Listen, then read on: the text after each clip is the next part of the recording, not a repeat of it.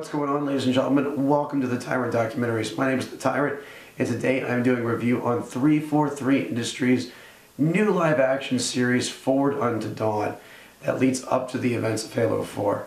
First of all, I do want to apologize. Obviously, I am not feeling that well. Where are the other drugs going? Sorry. So first up, some of the good stuff. Obviously, Halo fans have been waiting for a live-action series for Halo for a long time. This has been in the works for a while. And one of the big questions that people always ask is, how good is this going to be? Because let's face it, video game adaptations that make it to the big screen don't always hold their own very well. First one I ever saw was Super Mario Brothers. Next up we have Resident Evil. And while the movie series is extremely entertaining, it has nothing to do with the storyline at all. As a matter of fact, I think the third game made it into the second movie, and that was as good as it got. Everything else was on its complete own. There is no such character as Alice in any of the video games. Probably the best adaptation I've seen yet is Silent Hill, and while the movie was still way off from the game, it did follow the storyline the closest. Not to mention probably had some of the most kick-ass monsters in the series, such as Pyramid Head, the walking vagina things, and the baby monster type things. Silent Hill Revelations actually followed the third game very closely, pretty much down to the last detail, but still sort of went off on its own tangent. So when it came to making a Halo movie, I was very skeptical about it. I always knew that if they were going to make a Halo movie, they either have to do something that was completely new, a completely different storyline, or maybe an adaptation from one of the books, just so that it wouldn't have to compete with the current game. And I am very happy to say that Forward Unto Dawn does follow those rules exactly. It does deliver. It has its own storyline, and it is very epic. It takes place before the events of Halo, when Master Chief is still fighting the Covenant Empire. It depicts just how powerful and scary the Covenant really is, which is what hits home. The CGI is amazing in this movie, the best I've seen to date. If you've seen some of the other promos for some of the other Halo games, like Landfall for Halo 3, Hope for Reach, this blows it out of the water completely. 343 Industries, this was very well done. Good job, congratulations. So what about the downside to this? Does it hold its own as a movie? Does it hold true to the series? Let's talk about that a little bit. First of all, this wasn't just a full theatrical release. It was released as 5 webisodes, each 15 minutes long. The main issue I had with this is that it took almost 3 entire episodes before you see any Covenant show up at all whatsoever. The first 2 episodes were extremely slow.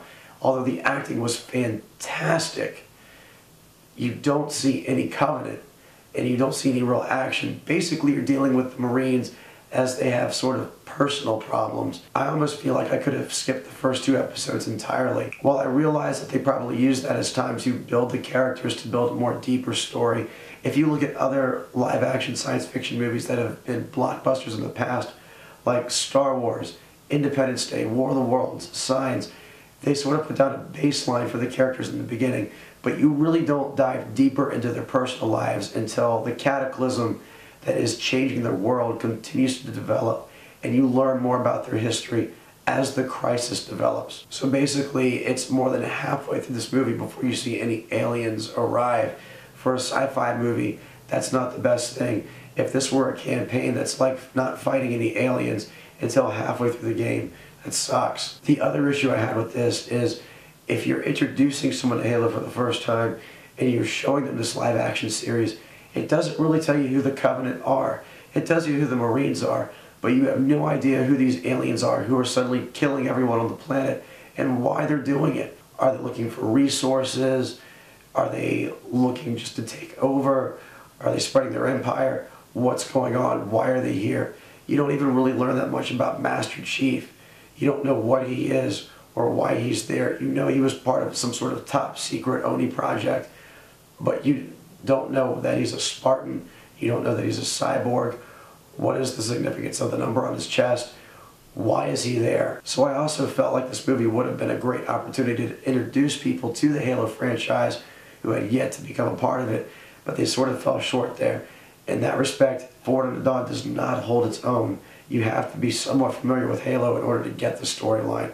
Otherwise, you're going to be left completely in the dark. Having said all that, once the Covenant finally do show up at the end of the 3rd episode, It is extremely explosive, and it is all out action from there. The CGI is amazing, it is terrifying, and it is so awesome to see the elites cloak themselves, killing everyone in the academy, basically showing how badass and how scary they can be.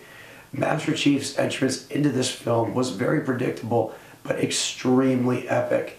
Seeing him kill that elite was a signature Master Chief move, and it's something that made me want me to stand up in my chair and cheer out loud. It is something I will remember for years to come. As always, it's very cool to see your favorite enemies, your favorite weapons being brought to life.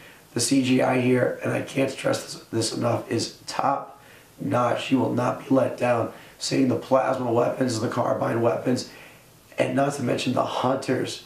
Oh my gosh, seeing Master Chief stand there with a hunter basically as the backdrop, towering over him, makes you fear these monsters.